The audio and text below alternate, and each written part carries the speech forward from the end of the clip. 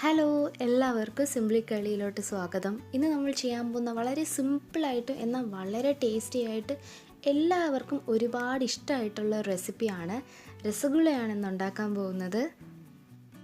വെറും 2 ഇൻഗ്രീഡിയൻസ് കൊണ്ട് 5 മിനിറ്റ് കൊണ്ട് വളരെ പെട്ടെന്ന് നമുക്ക് ചെയ്തെടുക്കാൻ പറ്റും. ഇനി രസഗുളയൊന്നും ആരും ബേക്കറിയിൽ പോയി വാങ്ങിച്ച് കഴിക്കേണ്ടതില്ല.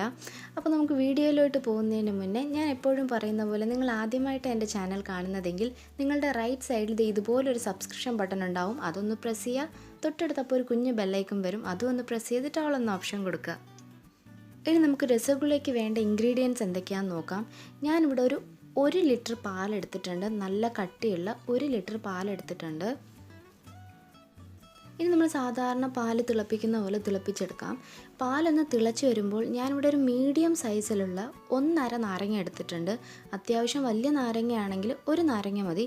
നമുക്കത് നന്നായിട്ട് പിഴിഞ്ഞ് അതിൻ്റെ ജ്യൂസ് ഇതിൽ ചേർത്ത് കൊടുക്കാം. പാല് തിളച്ച് വരുമ്പോൾ മാത്രം ചേർത്ത് കൊടുത്താൽ മതി. നാരങ്ങ തന്നെ ചേർക്കണം എന്നില്ല. നാരങ്ങ ഇല്ലെങ്കിൽ വിനീഗർ ചേർത്താലും മതി.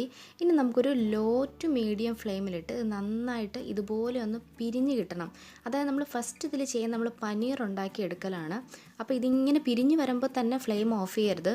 ലോ ഫ്ലെയിമിലിട്ട് നമ്മൾ ഇതുപോലെ ഒന്ന് മിക്സ് ചെയ്ത് കൊടുക്കും. നമുക്ക് കുറച്ചും കൂടെ നന്നായിട്ട് പിരിഞ്ഞ പനീറും വെള്ളവും സെപ്പറേറ്റ് ആയിട്ട് കിട്ടും. ഇനി ആ വെള്ളവും പനീറും നമുക്ക് നന്നായിട്ട് സെപ്പറേറ്റ് ചെയ്തെടുക്കണം. അത് ഇതുപോലെ ഒരു അരിപ്പ വെച്ച് അതിൻ്റെ പുറത്തൊരു കോട്ടനോ എന്തെങ്കിലും കോട്ടൺ ടവലോ എന്തെങ്കിലും വെച്ചത് ഇതുപോലെ നമുക്കൊന്ന് അരിച്ചെടുക്കാം. നമ്മൾ നേരിട്ട് ഈ ഒരു മിക്സ് നമ്മൾ അരിപ്പയിലൊന്നും ഒഴിക്കരുത്. കാരണം നമുക്ക് ഇതുപോലെ തന്നെ നല്ല പെർഫെക്റ്റ് ആയിട്ട് സെപ്പറേറ്റ് ആയിട്ട് കിട്ടില്ല. അപ്പോൾ ഇതുപോലെ ഒരു കോട്ടൺ തുണിയോ എന്തെങ്കിലും ഉപയോഗിച്ച് നമ്മൾ സെപ്പറേറ്റ് ചെയ്യുവാണെങ്കിൽ എല്ലാ വെള്ളവും മാറി നമുക്ക് കറക്റ്റ് ആ ഒരു പനീർ തന്നെ കിട്ടും. ഇപ്പോൾ എന്നെക്കൊണ്ട് പറ്റുന്ന പോലെ ഞാൻ നന്നായിട്ട് പിഴിഞ്ഞിട്ടുണ്ട്. ഇനി നമുക്ക് ഒന്നെങ്കിൽ എവിടെയെങ്കിലും കെട്ടി തൂക്കിയിടുകയോ അല്ലെങ്കിൽ ഇതുപോലൊരു വെയിറ്റ് നമ്മൾ നെറ്റ് വെച്ചതിന് ശേഷം അതിൻ്റെ പുറത്ത് ഈ പനീറിൻ്റെ കിഴി അത് വെച്ചിട്ട് അതിൻ്റെ പുറത്ത് എന്തെങ്കിലും വെയിറ്റ് വെച്ച് 1 മണിക്കൂർ അങ്ങനെ വെക്കുകയാണെങ്കിൽ തന്നെ ഫുൾ ആ പനീറിലുള്ള വെള്ളത്തിൻ്റെ അംശം എല്ലാം ആ നെറ്റിൽ കൂടെ താഴോട്ട് പോകും. ഇപ്പോൾ ഒരു 1 മണിക്കൂർ കഴിഞ്ഞിട്ടുണ്ട്. നമുക്ക് പനീർ ഇപ്പോൾ ഏത് സ്റ്റേജിലാണെന്ന് തുറന്നു നോക്കാം. വെള്ളത്തിൻ്റെ അംശം എല്ലാം മാറി നല്ല കട്ടയായിട്ട് കറക്റ്റായിട്ട് നമുക്ക് പനീർ കിട്ടിയിട്ടുണ്ട്. ഇനി സാധാരണ ചപ്പാത്തി മാവ് കുഴയ്ക്കുന്നത് പോലെ തന്നെ ഒരു 3 മിനിറ്റ് 2 മുതൽ 3 മിനിറ്റ് വരെ നന്നായിട്ട് നമ്മുടെ കൈ വെച്ച് തന്നെ നല്ലതുപോലെ കുഴച്ചെടുക്കണം. അതായത് കട്ടയൊന്നും ഇല്ലാതെ മാവ് പോലെ തന്നെ നല്ല പെർഫെക്റ്റ് ആയിട്ട് കിട്ടത്തക്ക രീതിയിൽ ഒരു 2-3 മിനിറ്റ് കൈ കൊണ്ട് തന്നെ നന്നായിട്ടൊന്ന് കുഴച്ച് ഉരുട്ടിയെടുക്കണം. ഇപ്പോൾ പെർഫെക്റ്റായിട്ട് നല്ല സൂപ്പർ സോഫ്റ്റായിട്ട് തന്നെ നമ്മൾ നന്നായിട്ട് കുഴച്ചെടുത്തിട്ടുണ്ട്. കാണുമ്പോൾ തന്നെ നിങ്ങൾക്ക് മനസ്സിലാവും ഭയങ്കര സോഫ്റ്റായിട്ടുണ്ട്. ഈ പരുവത്തിലാണ് കുഴച്ചെടുക്കേണ്ടത്. ഇനി നമുക്ക് ഇഷ്ടമുള്ള സൈസിൽ ഞാനൊരു കുഞ്ഞു ബോളായിട്ടാണ് ഇത് ഇതുപോലെ ക്രാക്കൊന്നുമില്ല, അതായത് വിള്ളലോ ഇങ്ങനെ തുറന്ന് ഇങ്ങനെ സെപ്പറേറ്റ് ആയിട്ടിരിക്കുന്ന ആ ഒരു രീതിയിലൊന്നും കുഴച്ച് ഉരുട്ടിയെടുക്കരുത്. ഇതുപോലെ പെർഫെക്റ്റായിട്ട് നല്ല ഫുൾ ഷേപ്പിൽ ക്രാക്കൊന്നും ഇല്ലാതെ തന്നെ ചെറിയ ചെറിയ ബൗളായിട്ട് ഉരുട്ടിയെടുക്കണം. ഈ പനീർ ബോൾസ് അവിടെ ഇരിക്കട്ടെ. ഇനി നമുക്ക് ഇതിന് വേണ്ടിയുള്ള ഷുഗർ സിറപ്പ് ഉണ്ടാക്കിയെടുക്കാം. ഞാൻ അതിന് വേണ്ടി ഒരു 1/4 കപ്പ് പഞ്ചസാരയാണ് എടുത്തിരിക്കുന്നത്. നമ്മൾ ഏത് അളവിനാണോ പഞ്ചസാര എടുക്കുന്നത് അതിൻ്റെ ഇരട്ടി വെള്ളമാണ് ചേർത്ത് കൊടുക്കേണ്ടത്. ഇനി വേണമെങ്കിൽ മാത്രം 2 ഏലക്ക, 2ൽ കൂടുതൽ ഏലക്ക ഇടരുത്. 2 ഏലക്ക ജസ്റ്റ് പൊടിച്ചിട്ടോ കട്ട് ചെയ്തിട്ടോ നമുക്ക് ചേർത്ത് കൊടുക്കാം. ഇനി നമ്മൾ സാധാരണ ഷുഗർ സിറപ്പ് ഉണ്ടാക്കുന്നതിൽ പഞ്ചസാര വെള്ളത്തിൽ നന്നായിട്ട് അലിഞ്ഞു കിട്ടണം. ഇപ്പോൾ നന്നായിട്ട് അലിഞ്ഞ് കിട്ടിയിട്ടുണ്ട്.